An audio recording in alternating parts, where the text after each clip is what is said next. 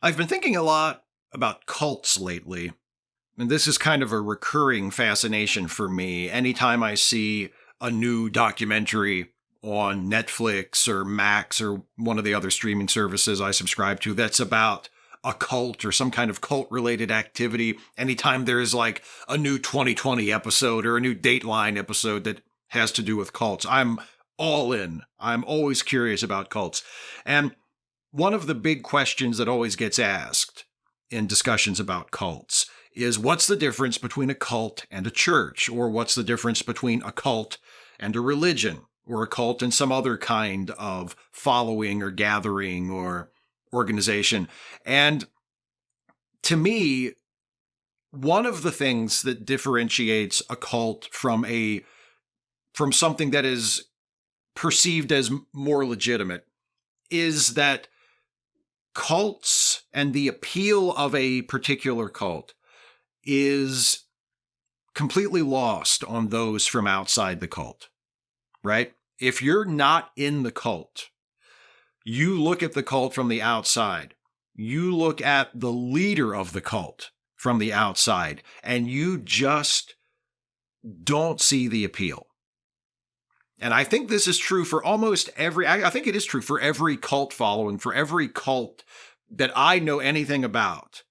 This has always held true for me personally. When I was a student, when I was a college student, one of my English professors, who was a brilliant guy and was a very accomplished poet and a scholar and had been given many awards and was one of the prides of the school. He was one of the star members of the faculty, a man of letters, right? And he was a good guy and a really smart guy, very eloquent guy, great teacher, great writer.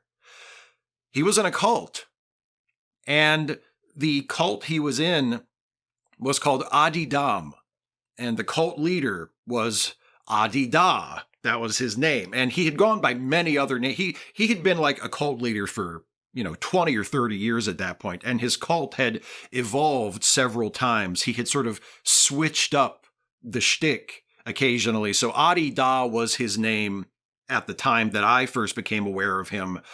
But he had been other names and he had done sort of other similar things for a long time going back. But this English professor of mine, this brilliant guy who you would never suspect of falling for such a thing, he was in this cult.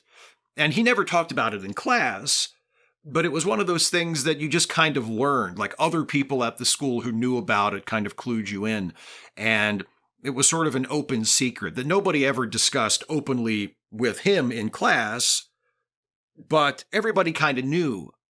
And I looked it up one day on my own. I looked up the cult leader on the internet, and just like every other cult leader I've ever been made aware of, he seems like the least impressive person you could ever imagine. I mean, he's just this he's dead now, the cult leader, Adi Da. He has passed away many years ago, but back when I was in college, he was still alive, and when I looked all of this up, and he's the most unremarkable, like, normal-looking, middle-aged white guy that you could ever imagine. And his quote-unquote teachings are just New Age gibberish. He does all the things that cult leaders typically do. He invents new words for things we already have words for, so he can have like his own proprietary vocabulary that helps to sort of seal off the cult members from everybody else. Like L. Ron Hubbard did the same thing. Most cult leaders do the same thing. They invent terms to replace words that everybody already knows so that they can have their own words to refer to things, and it makes it feel more special and more insular. He did all of that stuff, but completely transparent. How can you not see through this? How can anybody take a look at this guy or listen to this guy for 5 minutes and not immediately see that he's a grifter, that he's a fraud, he's a con artist, he's full of shit, and the last thing you should ever do is take him seriously or give him any money or give him any control over your life? And yet people did. And I think that's one of the big differences between a cult and a religion. And as an atheist, it's tempting for me to say, well, the only difference between a cult and a religion is that a religion is just a cult that has been around long enough so that we take it seriously, or we bestow it with some legitimacy, or it has enough people that we no longer consider it a cult. It's reached a kind of critical mass. So it's like, well, I don't know if we can call it a cult anymore. There's so damn many of them. I guess we'll just call it a religion. I think that's what happened to Mormonism. Frankly, Mormonism very clearly started out as a cult, but it has survived and grown large enough that now it's kind of perceived as a religion. One of the more cultish religions, but it's viewed more as a religion than as a cult.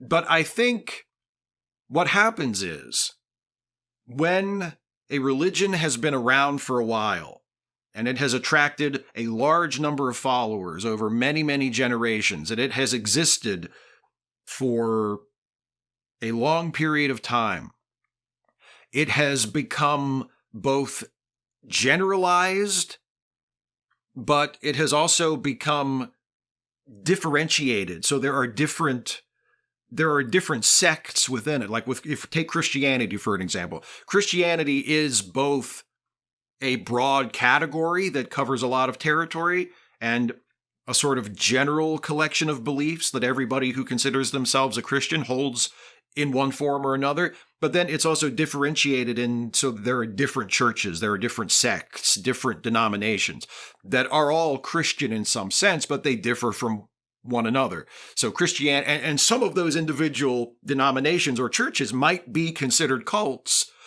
but the overall category is not considered a cult, it's considered a religion. And even to people outside of Christianity, even if you do not belong to any Christian church, and you don't share their beliefs because you follow a different religion, or you're like me and you don't follow any religion and you don't even believe in any of the metaphysical claims. Like I'm an atheist. I don't believe that any God exists, no matter what religious tradition you're talking about. But even if you're outside of that following, you're outside of that group, you can kind of see what attracts people to it. When I think about Christianity, again, not all forms of Christianity, but the general sort of generic version of Christianity that all the other smaller groups fall into. Even though I do not believe in it, and I personally don't feel any appeal towards it, or don't feel that it is appealing to me, and there are lots of things that I could talk about and have talked about in older videos that make me think I would not be a Christian under any circumstances. There are certain beliefs that many forms of Christianity hold to that I find offensive, or that I feel like I am incapable of believing or of respecting.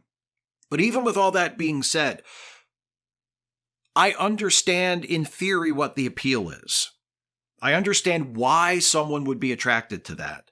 I understand why someone would take comfort in that, whether it's these specific beliefs themselves, the idea of believing that there's an afterlife, that your life force, your spirit will go on after death, and you'll be able to see your friends and loved ones, family members who have died before you. There's a yearning for reunion and for immortality and for being healed and being made whole. I can understand the appeal of that. Or whether it's the community and the connection to tradition and the idea of I go to the same church that my parents went to and my grandparents went to. And even if it's not literally the same church, it's the same tradition. And we're saying the same prayers and we're honoring the same holidays, and we're taking part in the same rituals, and we're part of a line of tradition and of community and of belief and faith that stretches back centuries in some cases. Like, I understand the appeal of that, even though I'm not a part of the group. I get it in some sense. I know it's not for me, but I get it. With cults, I don't get it. I look at it and I think, I don't understand the appeal of this. I don't understand why anyone would go for this at all. And this is the point in the video where I tell you that this has all been a lead up to me saying, I feel the exact same way about followers of Donald Trump. And if you are like me and you are a non-Trump voter, and you are looking at your fellow Americans who have pledged their support for Donald Trump, and you ask yourself, what is it I don't understand? How could they have fallen for this guy? He's the most obvious lazy grifter in the history of American politics. It's so clear that he doesn't care about any of these people, that he is totally in it for himself, that his first presidency was a disaster, and if he gets in for a second term, it will be even worse.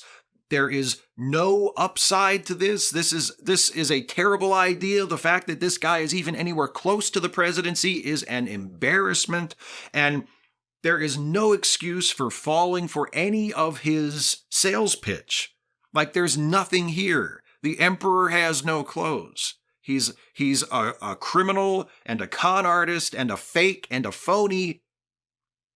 How is anybody else falling for? How is it that everybody doesn't feel the same way about this? It's because they're in a cult. And I can't explain why it happens. That's part of the thing. Like, I can't tell you what the appeal of Donald Trump is to people. I just know that there is an appeal in some people, that some people see him and they think, that's my guy.